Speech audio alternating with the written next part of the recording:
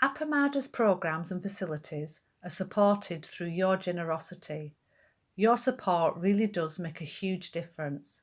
You'll find a link for contributions on the website at appamada.org/contribute. Thank you so much.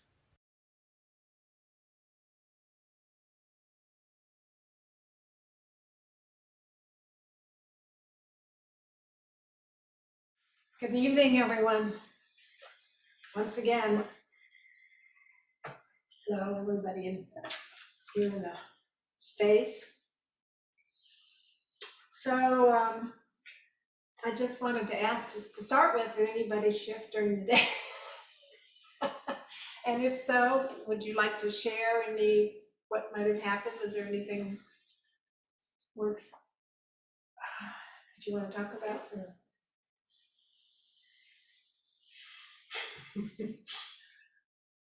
Sure.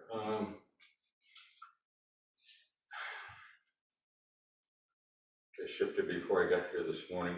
I overslept, and then non-identified as a result, which was helpful. And then after the morning,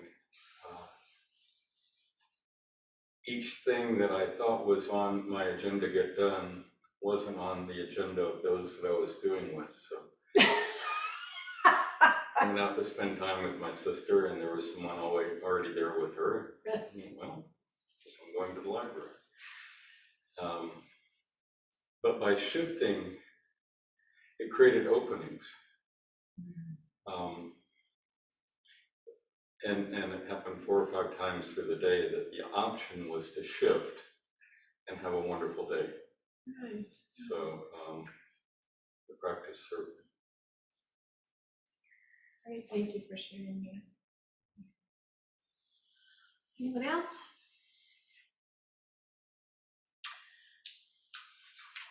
Okay.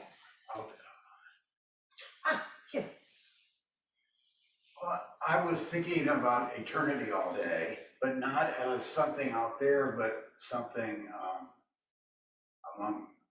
amongst us, kind of like we're in eternity and it goes off and on. And that was kind of fun because I hadn't thought of eternity in that sense. It's not way far away. It's immediate. And way far away. We continue. Yeah, great. Jay has her hand up. Hey, Jay. I don't know if it's shifting, but I can't seem to stop. It's like I hear a sound and I'm listening for the space in between the sound, and someone is speaking to me, and I'm listening to the cadence of their speech, and the space in between their words, and it's like, oh my God, I can't stop. It's like everything. So that was my experience today. Great, thank you for sharing that. Yeah, I had kind of a day like that too. I was spending time with trees, and there was just this. I mean, I spend time with trees a lot, but this was a little bit different just because of all these exercises of this space, and then seeing so much space, and then realizing there's just space, and then being aware of that, and then, being aware of you, and so the whole thing. So as opposed to trees, I spent time looking at gravel. And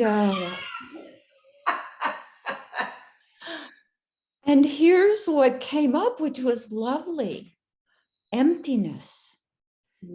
Emptiness. Even awareness is empty. And when that awareness of the emptiness of awareness came over me, there's no word. And emptiness and awareness are not static. For me, it's like breezes. there's this tremendous flow and movement to it. And I, like Jay, all day was like the cadence, the space before, during, and after. And it was like the way my body processed it was similar to painting with water on a piece of paper. And sometimes when you set that brush down, it leaves heavier imprints of water, and then it dries off differently.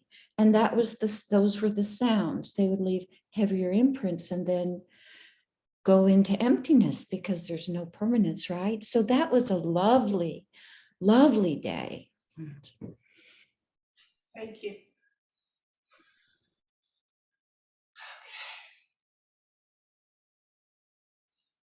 All right. Well, we'll get started. Oh, there were two things that I was going to mention that I just wanted to add on to from this morning. I had been talking about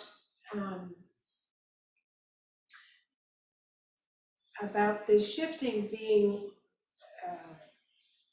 helpful, in terms of I was relating it to the ancestors, right? And the writings of the ancestors and how it's all in there, it's all in there. And so one thing that I just wanted to say about that is in the Shinshin Ming, which we're reading every day, there is a statement, or I don't want to say exactly a warning, but maybe warning is a good word, a softer word than warning. It's kind of hating. Don't get stuck in emptiness. Don't get stuck in the world of matter, of the material world. So I didn't mention that earlier today, but I wanted to bring that in just as something to be aware of while we're doing all this. Don't get stuck there and don't get stuck here. So it's a dance. And secondly, that I think of this whole practice, the importance of it, which I may not have mentioned, I think I did once, but I'll mention it again. And that is, I see it as it's really helpful to see things, to see the way things are, but it's also, in the end, to me, the purpose of it is to serve others. It's for the Bodhisattva vow of liberating others. So I just wanted to add that in because it's real exciting to be with all this and stuff, and it's great. But the end purpose in my mind, the end purpose is for the liberation of others and self. So just thought I'd throw that in there. So today we're working on smell. So I hope you all have something there that you can, okay. Oh. Is that a pepper? Green bell Okay, great. Okay, so because we'll be working on smell today. pepper. As if you need to, Travis. Or you just split it in half. You're muted, I think, but anyway. How could I smell it if I don't cut it? Yes, that's right. That's right. So I could have cut 4 into 4 pieces. Okay. But this was always my favorite since my childhood. So I didn't have time to go to the store. I already had these. Okay, that's good. That's perfect. Okay, so what I would like to do is I brought an orange, and like you brought an orange too. So so we have 3 oranges. Great. So anyway, I thought we should probably open them or do what you need to do to get your. So I have it. We can slip these out so people have napkins.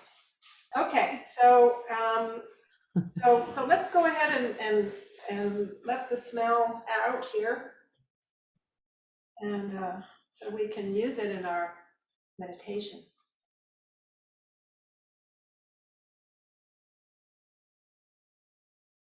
Okay, so now we have it, and cutting it up makes the smell come out even more. So, all right. So now we have our smell in the air.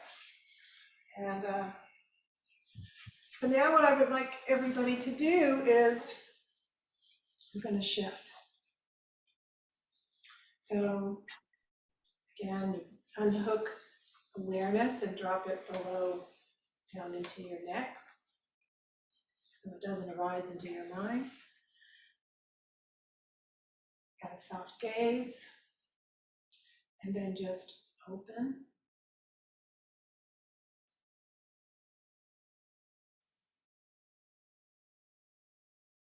And so you might notice just in your shifting, you can notice the smell immediately, or just kind of shift out a bit first, whichever way works for you. It's fine. So just shift out, so your awareness is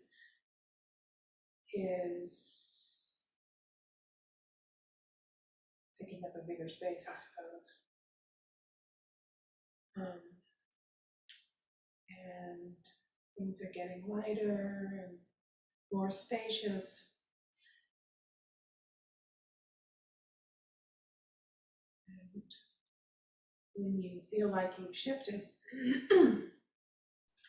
turn your awareness towards the smell.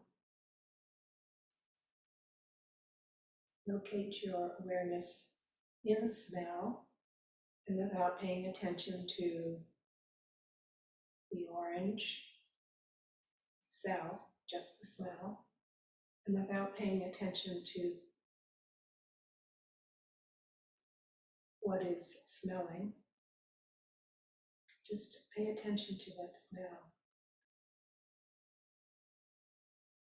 And see, just describe what you smell. Is it constant? Just describe how that smell is. What do you notice?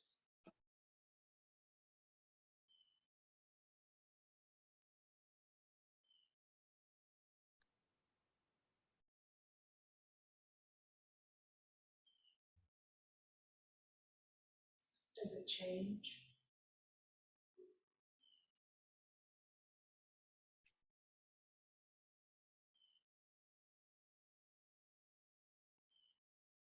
If it's moving, just notice that.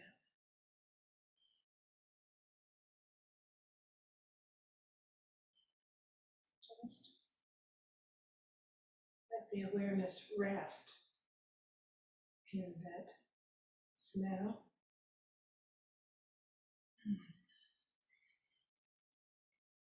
Notice if you find it enjoyable or not. Just pay attention, notice.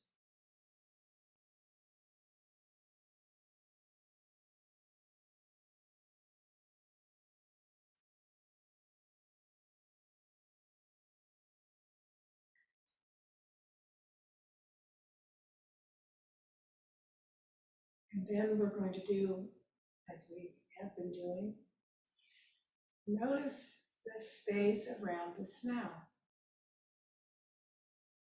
the space beyond the smell.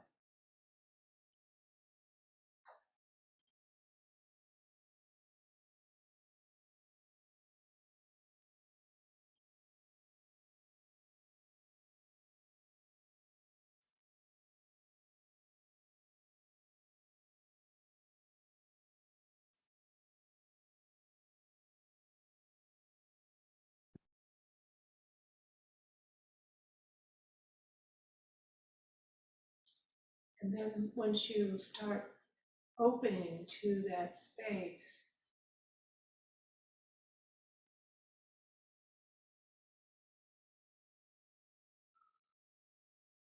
rest in the space,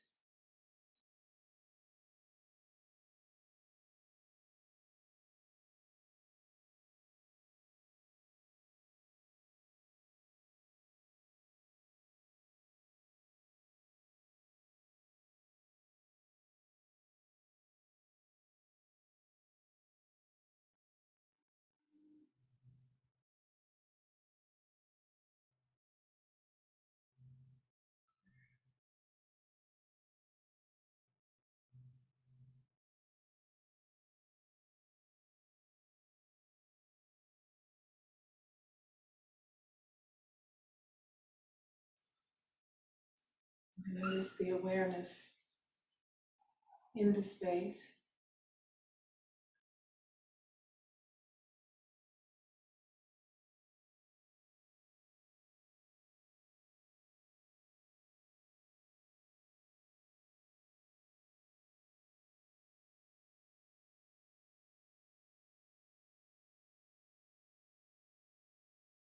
Again, notice the awareness being aware of itself.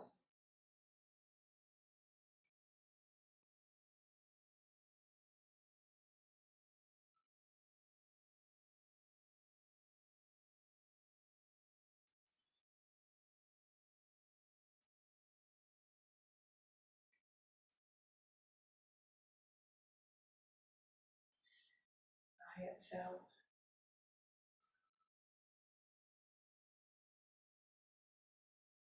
Within itself.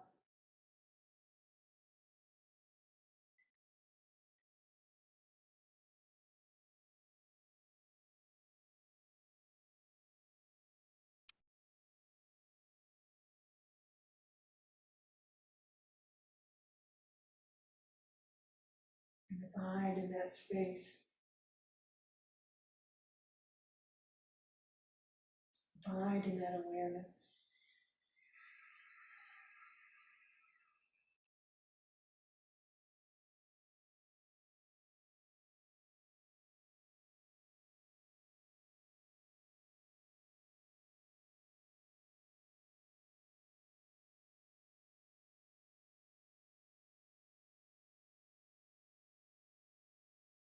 Just a few minutes.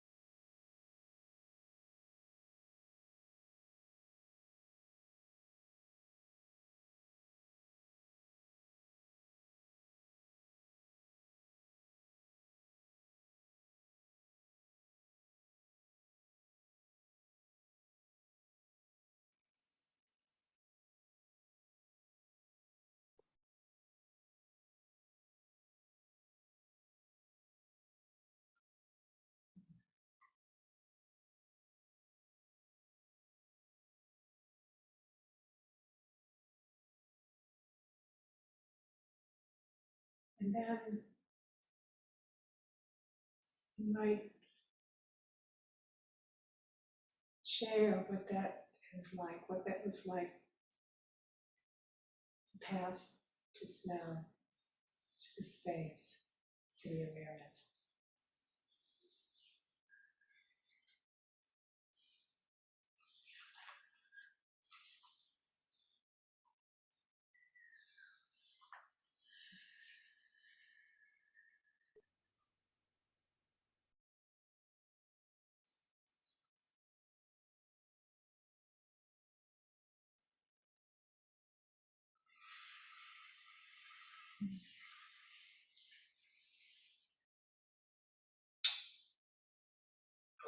Liberation that I can unpack. A very close friend of mine cannot smell. And we met tasting wine, and I mansplained all about wine smelling before tasting and politely ignored all that. So this wine tastes great.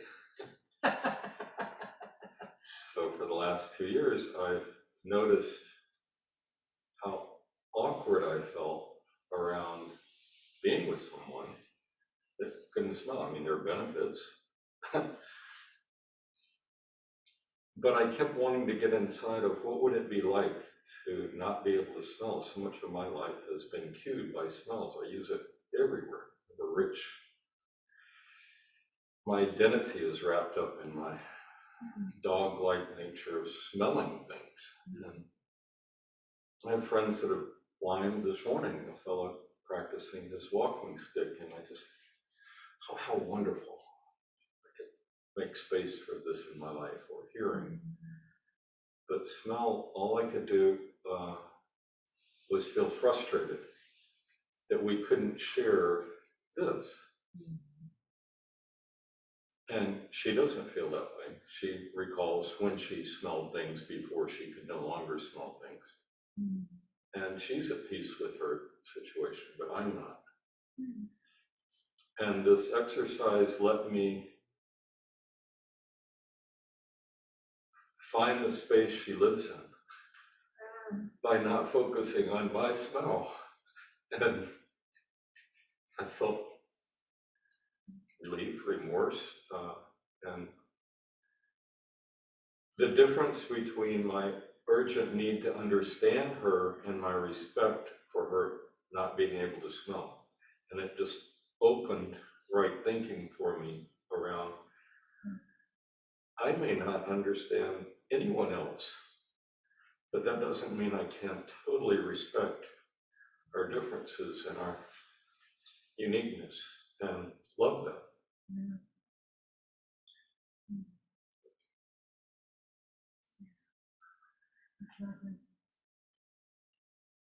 It brought up emotion.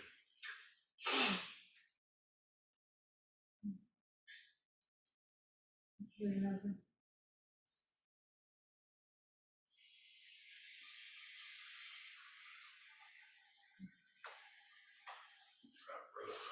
Oh, Rosemary.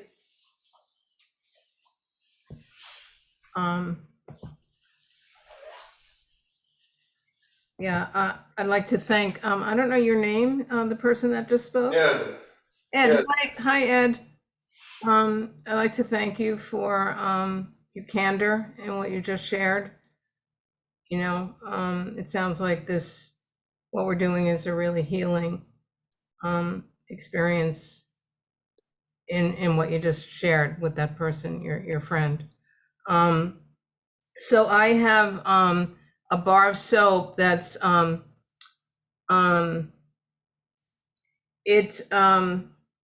fragrance is honeysuckle, and it is so powerful. I love washing my hands with it. So what happened in the exercise is it really wanted to dominate the situation, and the focus on the space around it. It was possible, but it kept wanting to interfere and take over. It's a little intoxicating. The fragrance, it's really that powerful and beautiful.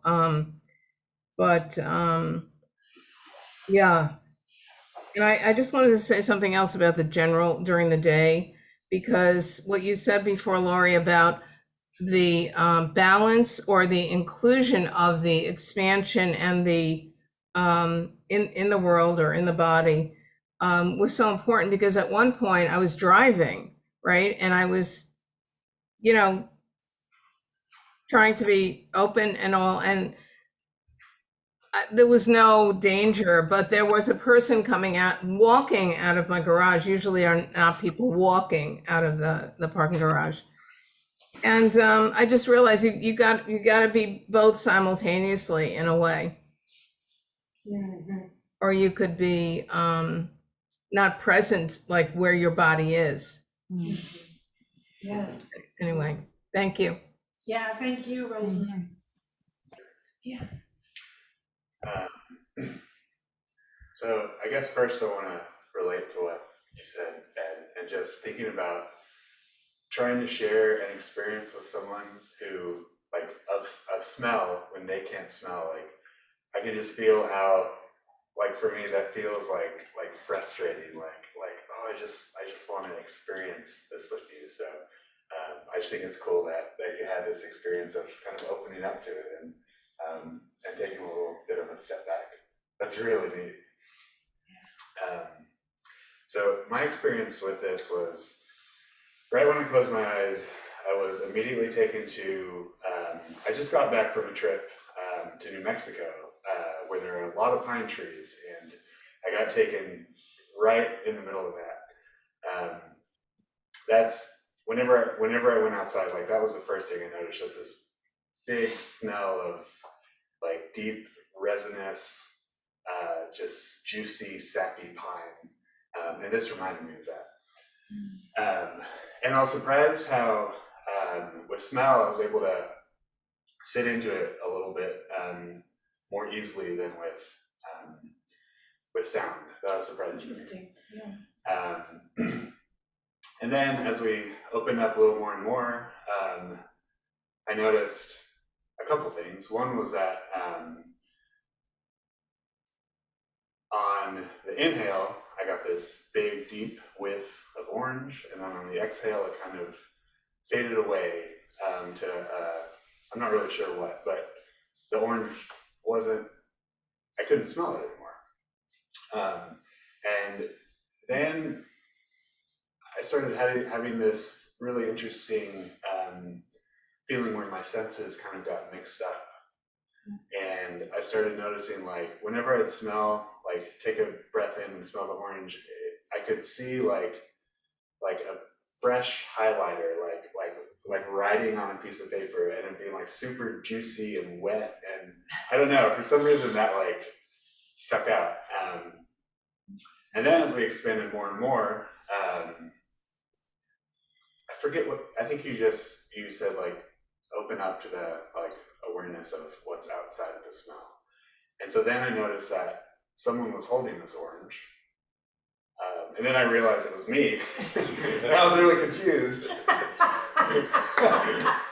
And so then like touch kind of came into it as well. And so then I could almost like feel this smell of the orange. Like it doesn't make any sense, but I could somehow like get the sense of smell through touch. It was just a very interesting experience. Yeah, it's so cool. Yeah. So you're kind of shifting through the senses. Yeah. That's really cool. Yeah, and your guidance of just slowly opening up was very helpful. What else? Okay. So since I'm into eternity, I was trying to figure out where the smell was. And I never really considered that at first the smell was absolutely here, but then the smell was everywhere. Then I imagined myself being in the ocean, being in water, and like being a fish in water, and where was the water, you know, and how it was right here, but it was everywhere. Interesting. And then I went back to the smell and trying to, it's different than like sight, where if you're looking at something, it's there. But the smell, it was very much here, but then everywhere. It's nice. But that was my smell. I don't know about other people's. Oh, this is your strong sense, you mean? Yeah, I mean, this was my experience. Yeah.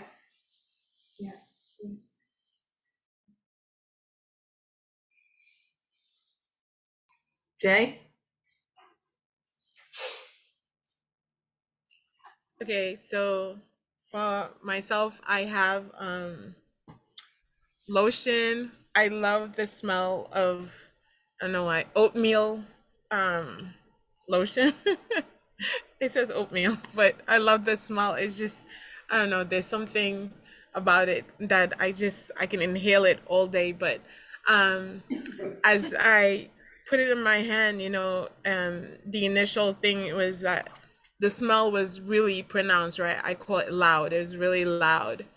And as I sat with it, what crossed my mind is like, you know, how quickly it becomes part of everything else around me, because then at some point in time I couldn't even distinguish that the smell was there anymore. It just smelled like everything else. And of course my mind is like, how easily everything else blends into one, and I myself struggle to find that oneness with things, and it's my mind just started going in that direction, that like water finds its oneness, and um sorry, that it's that trail of thought. Oh my god.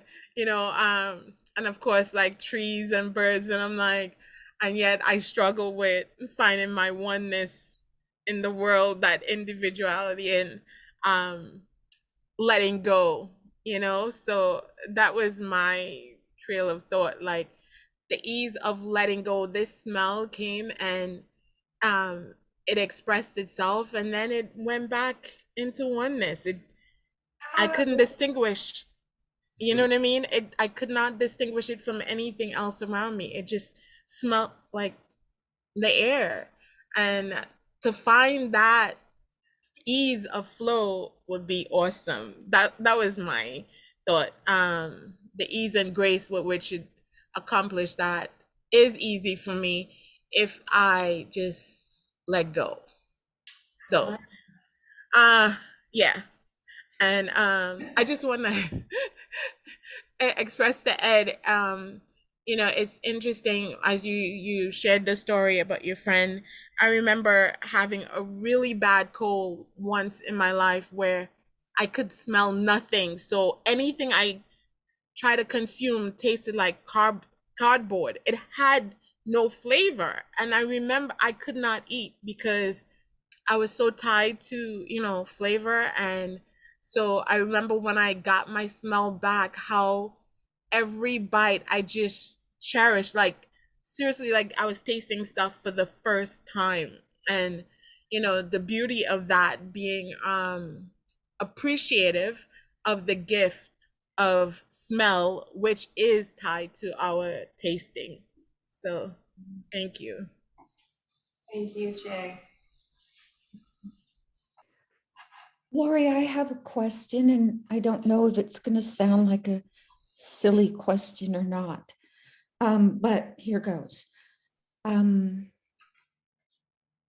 We know, and I don't know actually what smell is composed of, except the material from which it comes. And in my, and this sounds just so strange, in my awareness of that awareness, being aware of the smell, the object from which the smell was emanating, or the smell itself, seemed also aware. There was an energetic field of awareness between that external awareness, this is the best I can describe it, and the object from which it was emanating. And I paused for a moment, but I didn't want to lose my presence in the awareness of that awareness. So I told my mind to rest and not go there, to just be with that. And the question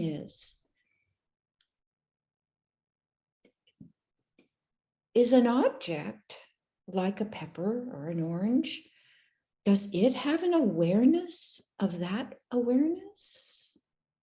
That's a really good question. A really good question. What do you think from what we've done so far? What is your thought about it? Well, I will take it from another, I will answer it this way. Of course, doggies have Buddha nature. So of course, objects, animate and inanimate, have awareness. Jay approves. But of course, that's a construct. The way I even state it, it's a construct, right? When you're speaking That's the problem with language. That's why, fortunately, we have these kinds of tools, so we can enter into the awareness to better understand, right? We enter into the sense to understand space and to understand awareness and to understand infinity, eternity. And we're not going to be able to talk about it. Joel, satisfactorily. The language. I hope that there's not a huge amount of background noise here, but That's good. okay, great. In chat, I put up a quote from a journalist named Ed Yong before, and I was gonna, because I had all these fans going, I was just putting stuff up in chat. But it's an interview. He's a very good science writer, and he has written a book, a couple of new books. One called "I Contain Multitudes," about our relationship to insects and bacteria and viruses, and all the things that live within us and that we need for our lives that we pay zero attention to generally. And another book called, I've forgotten the name. Oh, An Immense World. And he was interviewed by another journalist, and he, can I read this quote out loud that I put up in chat? Okay, it says, the senses as a topic really leans into meaning the relationship with the world, because of how important imagination is for understanding them. Light is electromagnetic radiation. Smells are just small molecules drifting through the air and water. Sound is just pressure waves. It's not actually obvious that we should be able to sense any of these things, let alone then transform them into nervous reactions, and then from those signals derive all the things we find beautiful in the world. The senses are actually genuinely wondrous in what they allow us to do. They turn these fairly abstract stimuli into these incredible subjective experiences, and it becomes that much more exponentially wondrous when you think about how differently all the multitudes of other creatures do it. And he goes on at length about the differences in perception with various senses, and how he feels an ethical responsibility to acknowledge the way in which there's a kind of ableism, he calls it, written that underlies a lot of science writing and a lot of descriptions of sense that we think dogs can smell better than us. The word "better" is in there, but they don't hear as they don't. They hear better than us, but they don't see as well as us, and that there's this comparing built into the descriptive language that gets used. And I was just having read that today when Ed was talking about his friend who's lost a sense of smell, and to be able to approach that with a clear knowledge that everybody's perception is different, and not to just always set ourselves up as the standard, but to see that there's a whole rainbow, a whole electromagnetic spectrum of potential, a lot of which we could never appreciate, but that in meeting other people and meeting other beings, we have the responsibility of just acknowledging our limitations and the wondrous nature of any capacity to understand the world through the senses. Like he says, these are abstract signals that get turned, that our bodies have co-evolved to turn into meaning for us, Anyway, your point, Laurie, that we can't just go around like sniffing things and thinking, "Wow, I'm a wondrous being."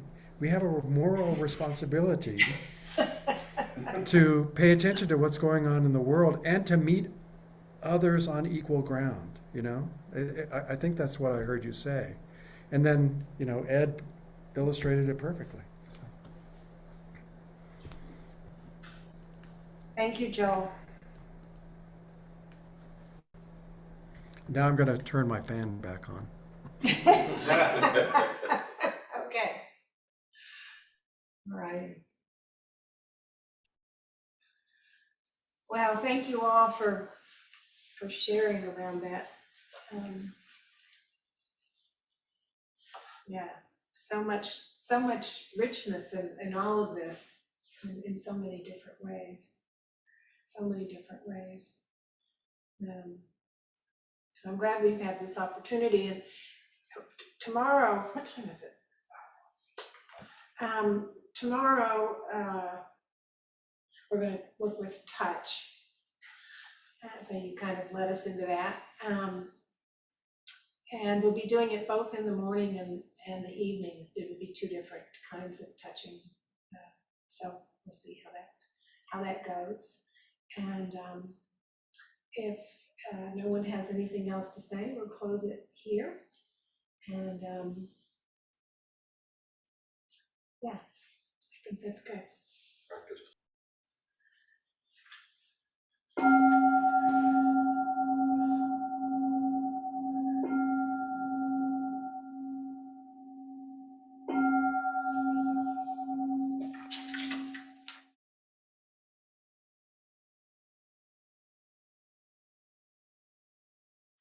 Okay. Good morning. Good morning, everyone. I trust you all. I trust you all are well this morning. Anything that you want to report from last night? Okay. Kim. I've been curious about something, and that is, you know, certain things we do are kind of like parlor tricks. And how exactly does this, I have a friend who is always concerned with the practicality of things. Mm-hmm. And so the question I have is, how does this actually benefit us? How does it liberate us? How does it end suffering? Mm-hmm. As opposed to just like another thing to do? Mm-hmm. Okay, that's my question. And that's a very important question indeed. So I was kind of indicating this the other day, that we're doing this shifting out because it's putting us in a state, we're in greater awareness, let's put it that way, or we are more aware of everything. And so why? Why is that important? Well, it enables us to open up to other things. I think Ed's experience last night was one of those examples of, it may seem like a small thing, but to be caught in something with not understanding or really wanting to have somebody, you know, smell something that you think is really important, and then being open enough to have this moment of awareness where you say, I can let that go. I can let that go. And indeed, you know, they may not be able to smell, but they have other things, you know, or just being open to whatever is and how everybody is and how you accept them for however they are. And that is liberating. Sometimes I think that people think liberation and wakefulness is some great, huge 4th of July, you know, explosion, and it might be. But in my mind, anyway, and I think, anyway, in my mind,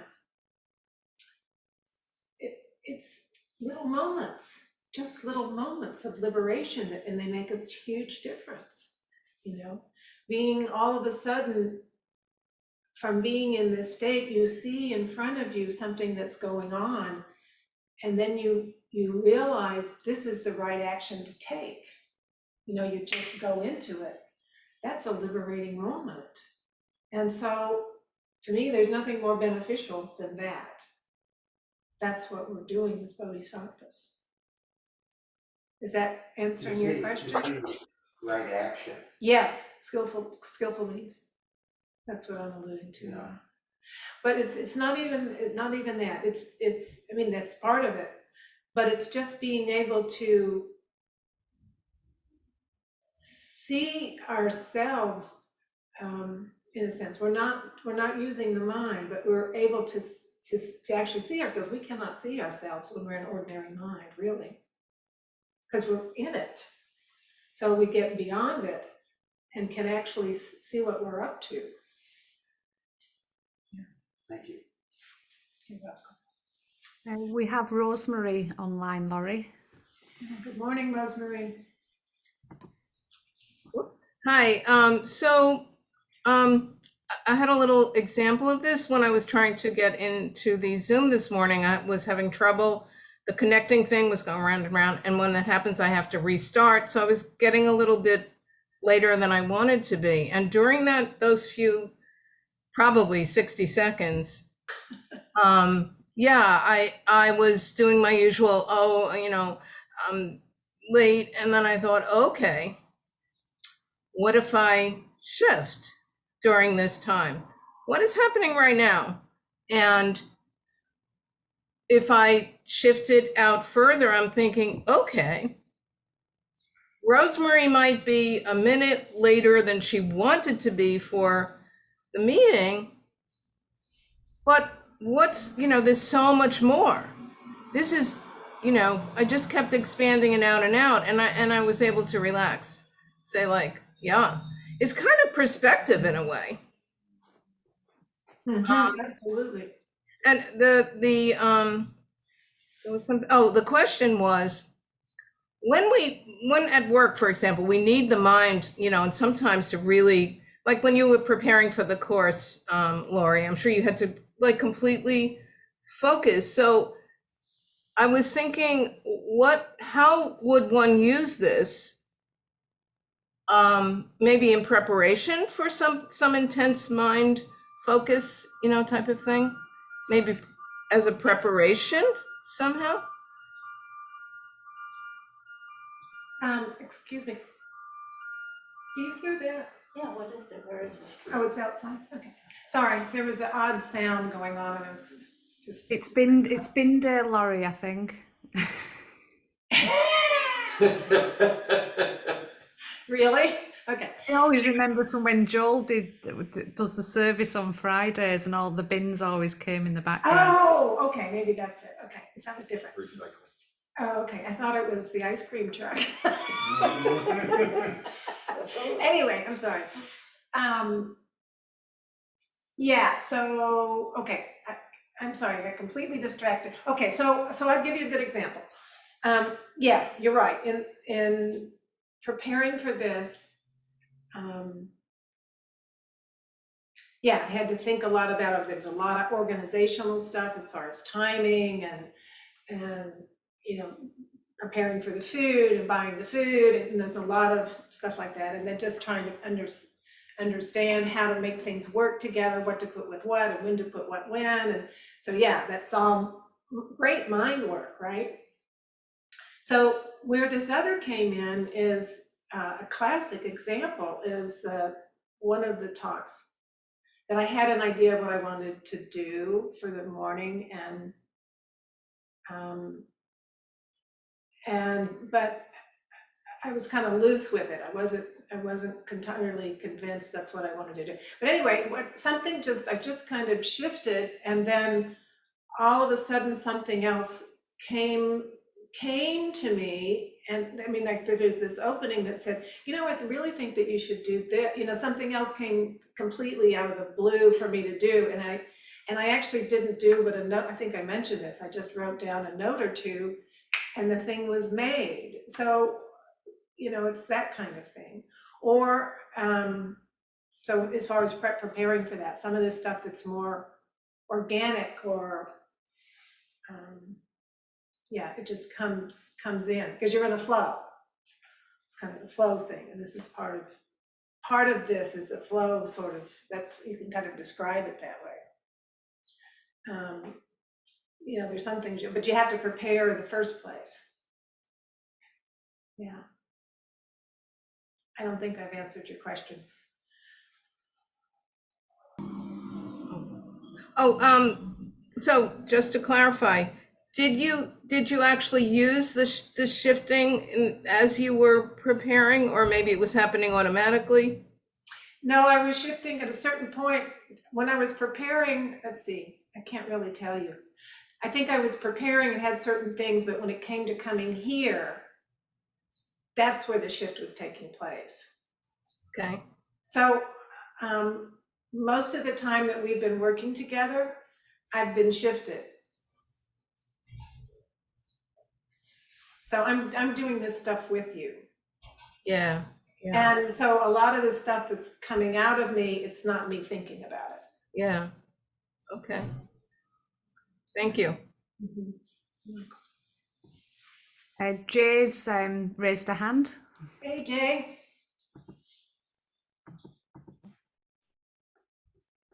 Can you guys hear me? Yeah. Okay, cool.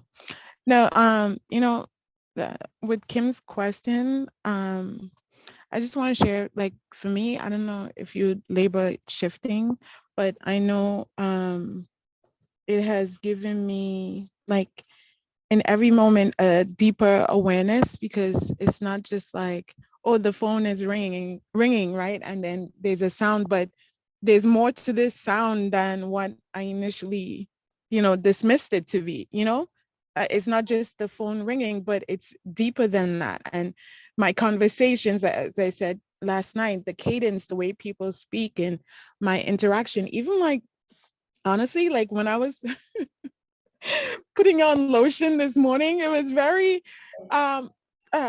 like reverent, it was like this mindfulness, and even the way I see things like, water fountain is just being mesmerized, because now I'm looking at it in a different way. And I know, it has been shared before, oh, be mindful in the moment, but honestly, this practice, that expansion that you've shared, has taken me in a deeper way. So in each moment, I know it could be a reverent experience versus just like, oh, a handshake or the phone ringing, or a conversation being had. And maybe that's the shift for me. Each of us is going to have a different experience, but that has been the shift for me, to experience the divine in every moment, because I know for myself, I have dismissed the back of my hand, right?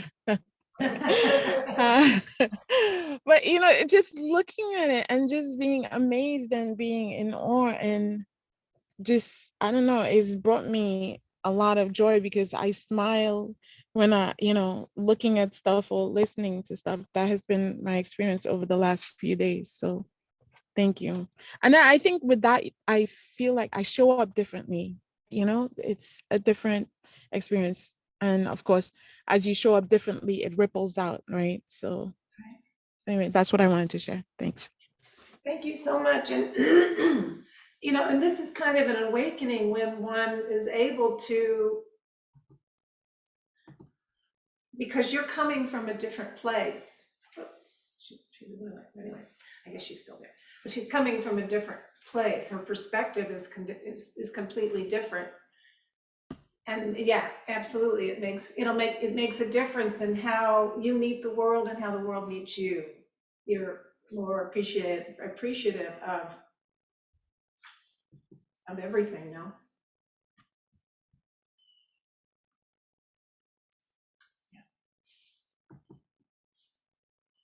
I think she's frozen slightly. That's why she keeps turning her camera on and off. Okay, that's fine. Okay. All right, so does anybody else have any questions, or does that satisfy you for the moment? Right. Well, good. I'm glad we got to to talk about that a little bit. Okay.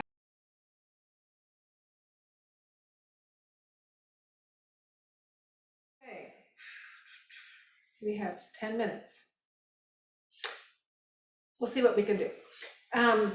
So this is just another exercise, but now we're going to use another sense. So we're just playing with all the senses. So today it's going to be touch. So today it's touch. So we're going to be doing the we're going to be doing the same thing that we did yesterday, but using touch. So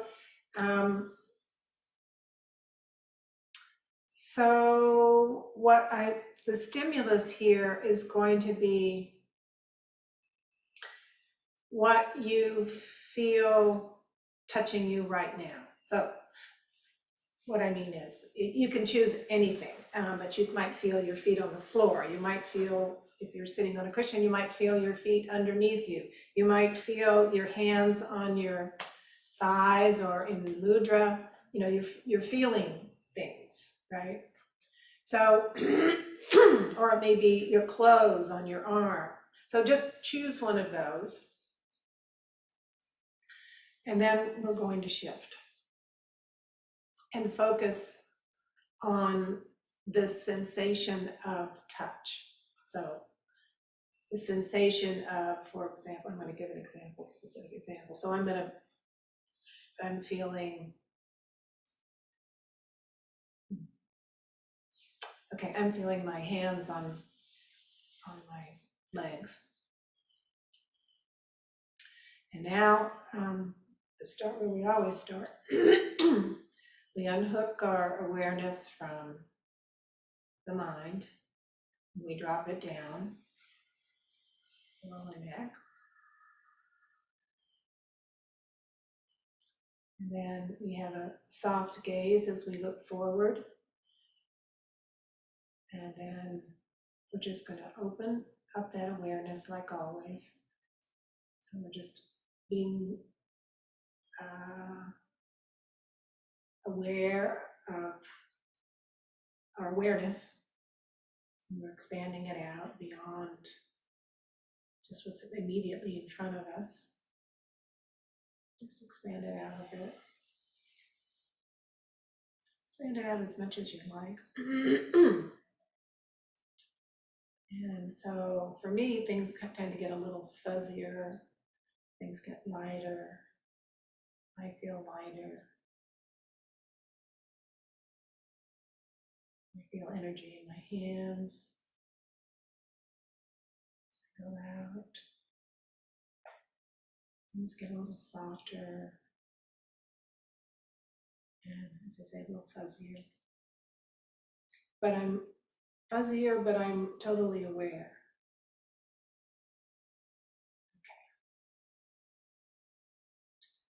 Okay. And so once I've reached that state of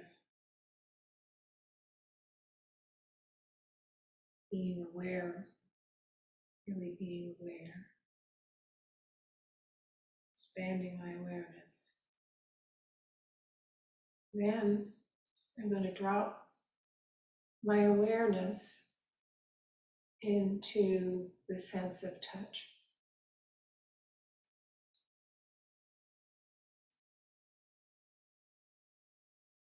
And so I'm not going to pay attention to the one who is touching or the thing that is touching. I'm just paying attention to the sensation itself.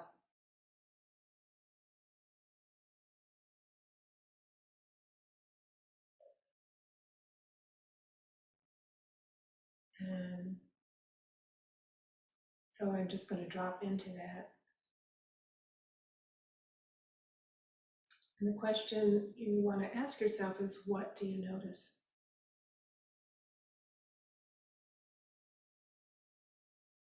So for me,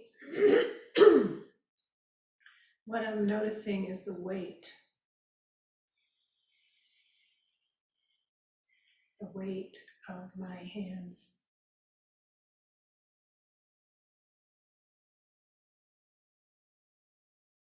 And I'm also aware of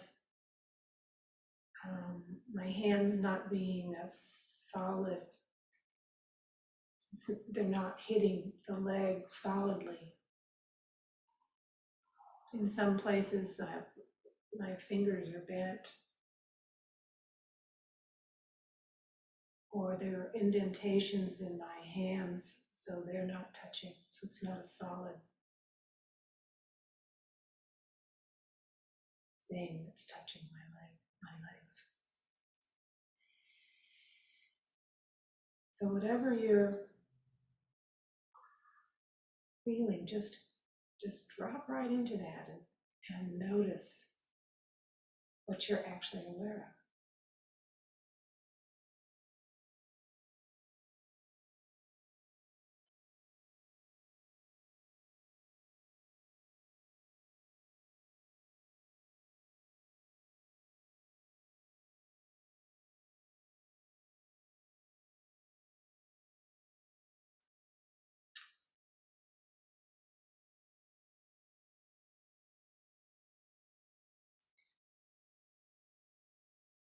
And then, as always,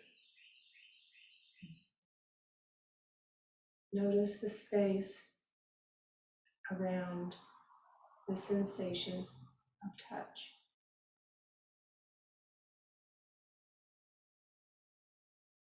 Where do you sense space?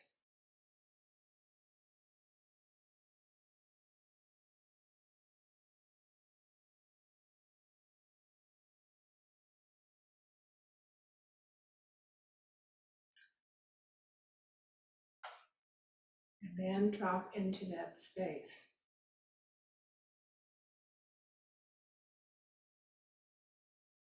Drop your awareness into that space and open.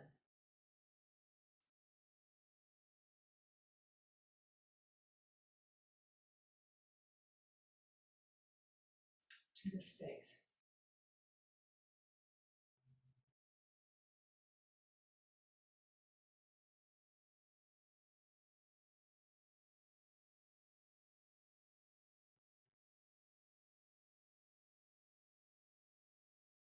And drop your awareness into that space.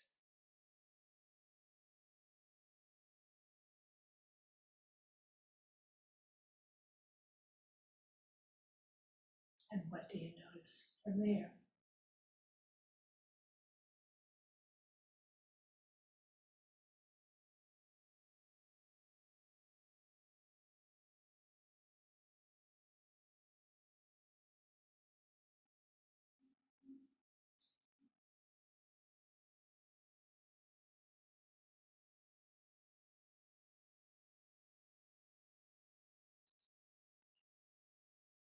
Now that we've created this awareness, notice the awareness in that space.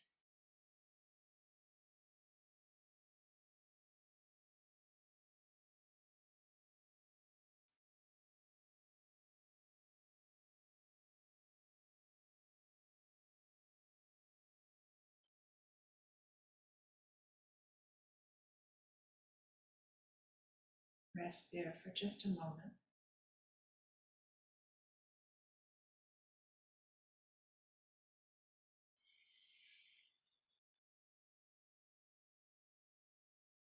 And then slowly and gently, slowly, come back into your ordinary mind.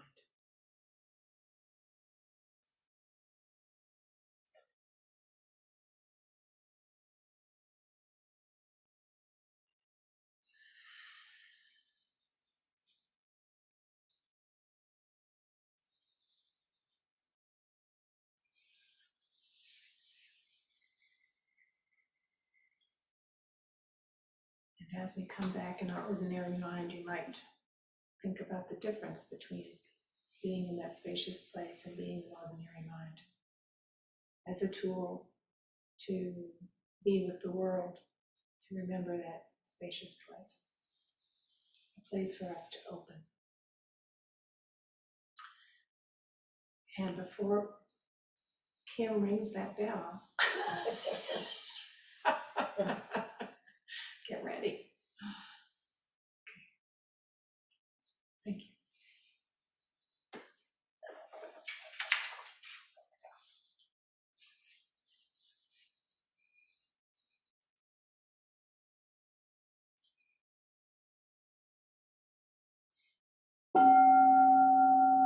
Prepare for service.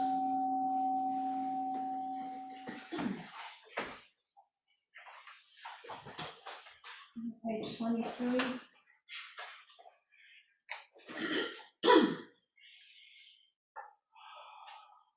The Shin Shin Ming. The great way isn't difficult for those who are unattached to their preferences. Let go of longing and aversion, and everything will be perfectly clear.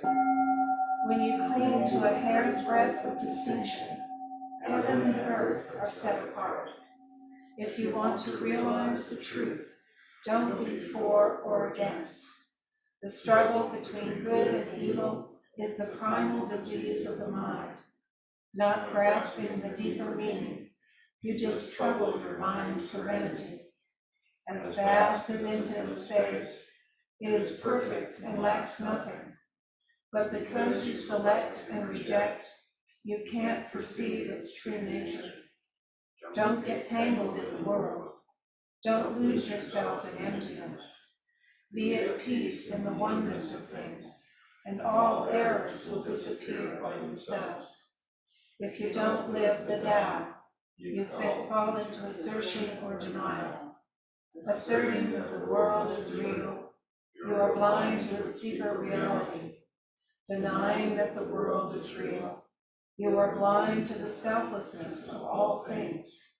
The more you think about these matters, the further you are from the truth. Step aside from all thinking, and there is nowhere you can go. Returning to the root, you find the meaning. Chasing appearances, you lose their source. At the moment of profound insight, you transcend both appearance and emptiness. Don't keep searching for the truth. Just let go of your opinions. For the mind in harmony with the Tao, all selfishness disappears, with not even a trace of self-doubt. You can trust the universe completely. All at once you are free, with nothing left to hold on to. All is empty, brilliant, perfect in its own being. In all the world of things as they are, there is no self, no non-self. If you want to describe its essence, the best you can say is not two.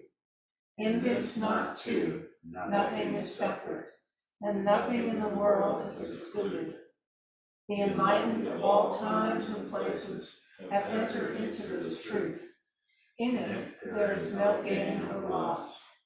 One instant is 10,000 years. There is no here, no there. Infinity is right before your eyes. The tiny is as large as the vast, when objective boundaries have vanished. The vast is as small as the tiny, when we don't have external limits. Being is an aspect of non-being. Non-being is no different from being. Until you understand this truth, you won't see anything clearly. One is all is one. When you realize this, What reason for holiness or wisdom? The mind of absolute trust is beyond all thought, all striving, is perfectly at peace, for in it there is no yesterday, no today, no tomorrow.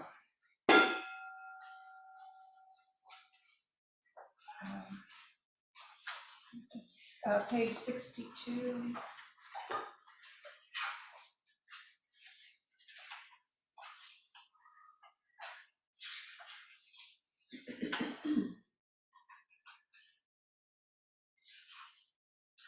Inside a moment. Wouldn't it be nice, Chosen said, to step inside a moment? I'm considering that now. would be like stepping inside a cathedral, a great space soaring above and around you, filled with light from windows of many colors. And the sounds inside a moment would be rich as a symphony, a heartbeat, traffic, a sigh, a melting sound, the odor of something sacred, human, and warm, a lingering aroma of a meal just cooked.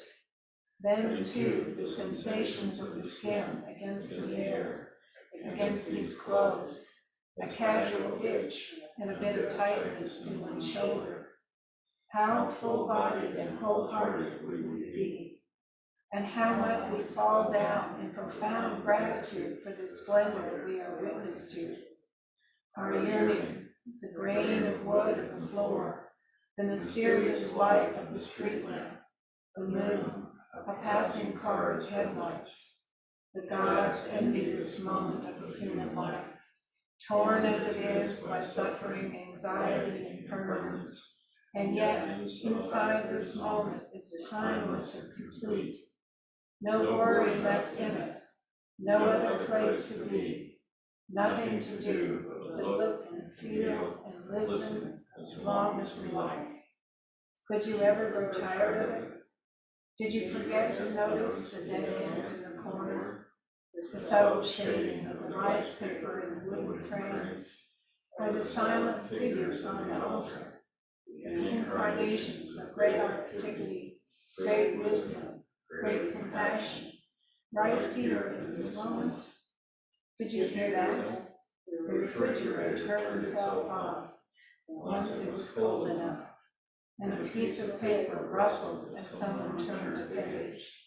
If you are longing for life eternal, please simply step inside a moment.